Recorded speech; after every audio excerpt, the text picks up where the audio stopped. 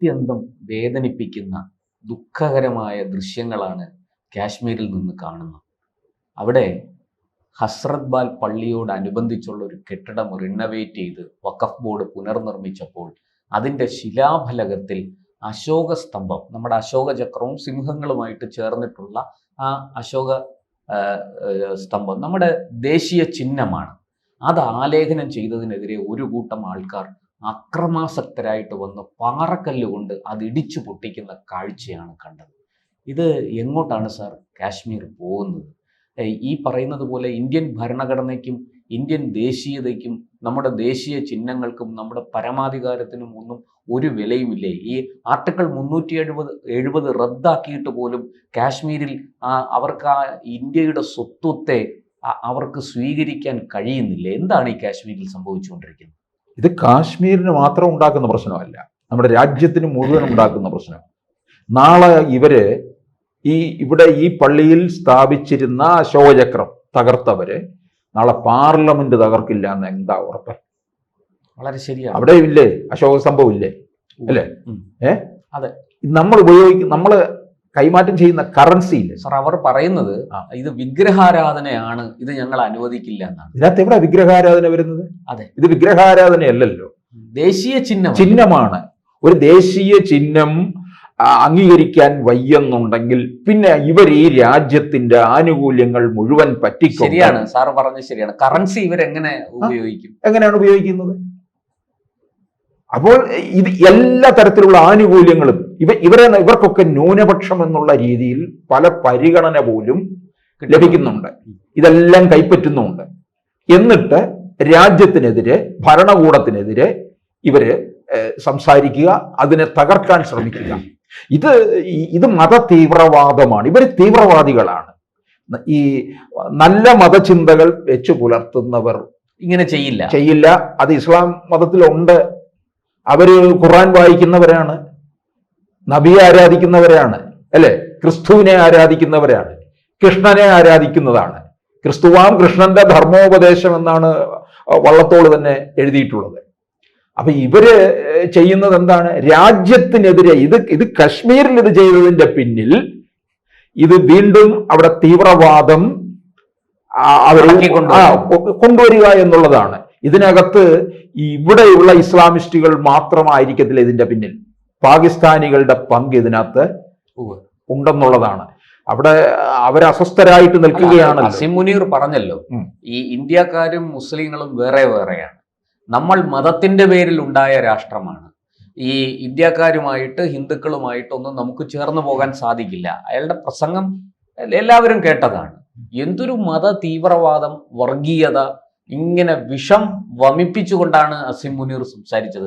അപ്പോൾ അതല്ലേ വാസ്തവത്തിൽ ഈ കാശ്മീരിൽ ആർട്ടിക്കിൾ 370 എന്ന കാശ്മീരിന്റെ പ്രത്യേക പദവി റദ്ദാക്കിയിട്ട് പോലും നമ്മൾ ഇപ്പോൾ കാശ്മീരിൽ കണ്ടത് അതല്ലേ? ഈ ഒമർ അബ്ദുള്ള, നാഷണൽ കോൺഫറൻസ് പാർട്ടിയൊക്കെ ഇതിനെ പിന്തുണച്ച് രംഗത്ത് വന്നിരിക്കുകയാണ്.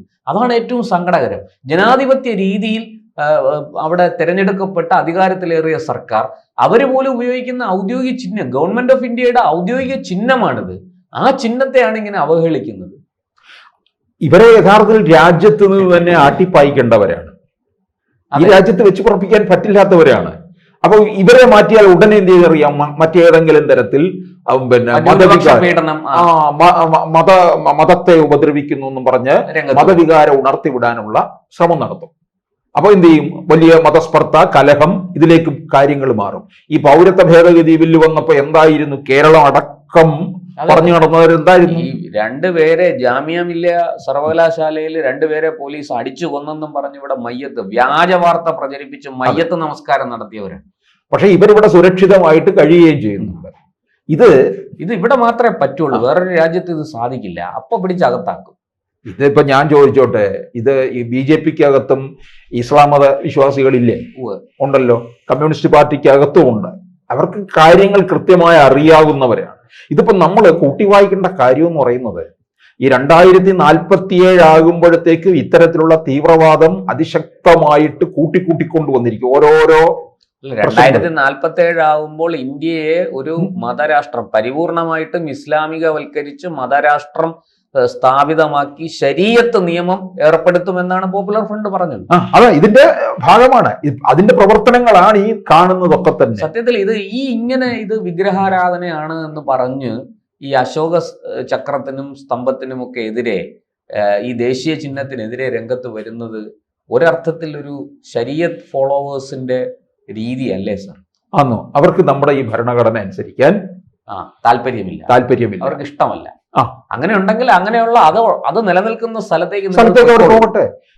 ഞാൻ ഈ രാജ്യത്ത് കഴിയുമ്പോൾ ഈ രാജ്യത്തെ നിയമങ്ങൾ അനുസരിക്കാൻ ബാധ്യസ്ഥനാണ്. അത് ഏതൊരാളായാലും ഇന്ത്യൻ പൗരനാണെന്നുണ്ടെങ്കിൽ അതനുസരിച്ചേ പറ്റുകയുള്ളൂ. കാരണം ഒരു ജാതി മത വർഗ വർണ്ണ പരിഗണനയും ഇല്ലാതെ പൗരന്മാരെ എല്ലാം തുല്യമായിട്ട് കാണുന്ന ഒരു ഭരണഘടനയാണ് നമുക്കുള്ളത്. ആ ഭരണഘടനയാണ് നമ്മൾ എല്ലാവരും മാനിക്കുന്നത്. ഇങ്ങനെ ചെയ്തവര് നാളെ ഒരു ക്രൈസ്തവ ദേവാലയത്തിന് നേരെ കൈയോങ്ങും, ഒരു ഹൈന്ദവ ദേവാലയത്തിന് നേരെ കൈയോങ്ങും. ഉറപ്പുണ്ടോ? ഓങ്ങില്ല എന്ന് ഉറപ്പുണ്ടോ? ഒരു സംശയമില്ല. ഇപ്പൊ ഇത് വിഗ്രഹാരാധനയാണ് എന്ന് പറഞ്ഞ് അതിനെ എതിർത്ത് അക്രമം നടത്തിയവർ നാളെ ക്ഷേത്രങ്ങൾ തച്ചു തകർക്കാൻ ഒരവസരം കിട്ടിയാൽ അവരാദ്യം ശ്രമിക്കുക ഈ വിഗ്രഹാരാധന നടക്കുന്ന ക്ഷേത്രങ്ങൾ തച്ചു തകർക്കാനായിരിക്കും അവരുടെ ശ്രമം. കശ്മീരിലെ മറ്റ് പല സ്ഥാപനങ്ങളിലും ഈ അശോക ചക്രം ഉണ്ടല്ലോ, അതൊക്കെ ഇവർ തകർക്കത്തില്ലേ? അപ്പൊ ഇവരെ സൂക്ഷിക്കേണ്ടതല്ലേ ശരിക്കും പറഞ്ഞു കഴിഞ്ഞാൽ? ഇവരാണ് യഥാർത്ഥ രാജ്യത്തിനകത്ത് തന്നെ നിൽക്കുന്ന ഏറ്റവും വലിയ തീവ്രവാദികളാണ്. സർ, ഇതാ പള്ളിയിലുമല്ല വെച്ചത്. ഈ ഹസ്രത് ബാൽ എന്ന് പറയുന്നത് പ്രവാചകന്റെ തിരുകേശം സൂക്ഷിച്ചിരിക്കുന്ന സ്ഥലം എന്നൊക്കെയാണ് അവർ പറയുന്നത്. നമുക്ക് എതിർപ്പൊന്നുമില്ല. അവരുടെ വിശ്വാസം, അവരുടെ ആരാധനാ രീതി, അതിനുള്ള സ്വാതന്ത്ര്യം നമ്മുടെ രാജ്യത്തുണ്ട്. എല്ലാ മതങ്ങളെയും തുല്യമായി പരിഗണിക്കുന്ന ഒരു രാഷ്ട്രമാണ്, മതനിരപേക്ഷ രാഷ്ട്രമാണ്. മതങ്ങൾക്കല്ല, അതിനപ്പുറത്തേക്ക് മാനുഷികതയ്ക്ക് പ്രാധാന്യം കൊടുക്കണം, മതവിശ്വാസം വ്യക്തിനിഷ്ഠമാണ് എന്ന് കരുതുന്ന ഒരു രാഷ്ട്രമാണ് നമ്മുടേത്. പക്ഷേ ഇത് അതിനോടനുബന്ധമായ ഒരു കെട്ടിടം, അത് അവിടുത്തെ വഖഫ് ബോർഡാണ് പുതുക്കി പണിതത്. ആ വഖഫ് ബോർഡിന്റെ നിയന്ത്രണം ഇരിക്കുന്നത് സംസ്ഥാന സർക്കാരിന്റെ കയ്യിലാണ്. അത് കേന്ദ്ര സർക്കാർ ഉൾപ്പെടുന്ന സർക്കാരുകൾ കൊടുക്കുന്ന ഫണ്ട് അതിനകത്തുണ്ട്. അതൊന്നും വെറുതെ വരുന്നതല്ല. ആ ഒരു കെട്ടിടം പുതുക്കി പണിഞ്ഞപ്പോൾ ആ കെട്ടിടത്തില് ഇത് ആലേഖനം ചെയ്തിരിക്കുന്നു, അതും ശിലാഫലകത്തിൽ. അവിടെ ആരാധനയുമായിട്ട് ബന്ധമില്ല, അതിന് മറ്റേതെങ്കിലും തരത്തിലുള്ള അനുഷ്ഠാനവുമായിട്ട് ബന്ധമില്ല, ആചാരങ്ങളുമായിട്ട് ബന്ധമില്ല, ഒന്നുമില്ല. എന്നിട്ടും അത് ഈ പറഞ്ഞ പോലെ ഇതിൻ്റെ ഈ പള്ളിയുടെ ഒരു ഭരണം നിർവഹിക്കുന്ന പോലത്തെ ഒരു കെട്ടിടമാണ്.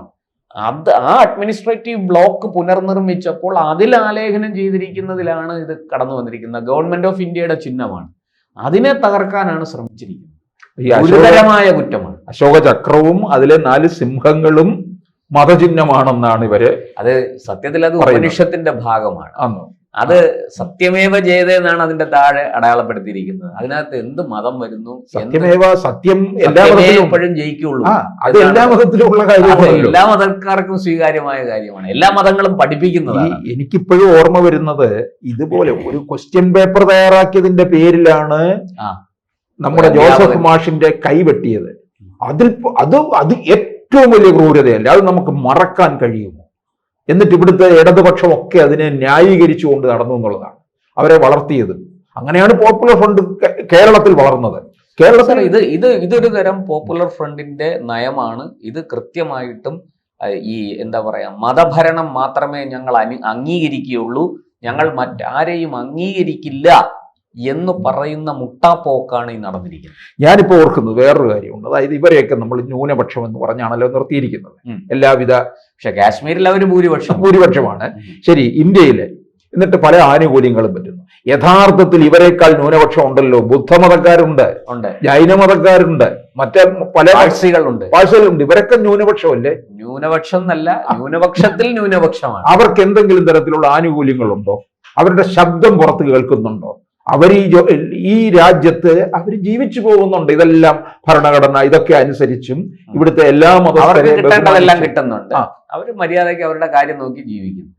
അപ്പൊ ഇവര് യഥാർത്ഥത്തിൽ മത തീവ്രവാദികളെ നമ്മൾ എങ്ങനെ കൈകാര്യം ചെയ്തോ അതേ തരത്തിൽ തന്നെ ഇവരെയും കൈകാര്യം നടത്തിയവരെ ഒന്നുകിൽ കൽത്തുറുങ്കിൽ, ഇവിടുത്തെ പോപ്പുലർ ഫണ്ടുകാർ കൽത്തുറുങ്കി കിടക്കുന്നുണ്ടല്ലോ, അതുപോലെ കൽത്തുറുങ്കിലാക്കുകയാണ് വേണ്ടത്. കാരണം അതല്ലെന്നുണ്ടെങ്കിൽ ഇതങ്ങ് വ്യാപിക്കും. സാർ, ഇത് ശരിക്കും നമ്മുടെ ഭരണഘടനയ്ക്കെതിരെയുള്ള വെല്ലുവിളിയാണ്. അല്ല, ഇത് നമ്മുടെ ഭരണഘടനയെ അവമാനിച്ചിരിക്കുകയാണ്. ഇത് സ്പ്രെഡ് ചെയ്യും. അതെ. ആ സ്പ്രെഡ് ചെയ്യുന്നതിന് മുമ്പായിട്ട് ഇവരെ ഇതിനകത്ത് ഇത് റിമൂവ് ചെയ്യണം. അല്ലെന്നുണ്ടെങ്കിൽ ഇതൊന്ന് വ്യാപിപ്പിക്കാൻ എളുപ്പമാണെന്ന്. അതെ അതെ. കാരണം ഇതുപോലുള്ള മതഭ്രാന്തന്മാർ അവിടെ ഇവിടെ രാജ്യത്തിന്റെ പല കോണുകളിലും ഉണ്ട്. ഇപ്പൊ കാശ്മീരിലാണെങ്കിൽ കാശ്മീരിൽ നേരെ ഇത് കേരളത്തിൽ വരില്ല എന്ന് എങ്ങനെ ഉറപ്പ് പറയാൻ പറ്റും നമുക്ക്?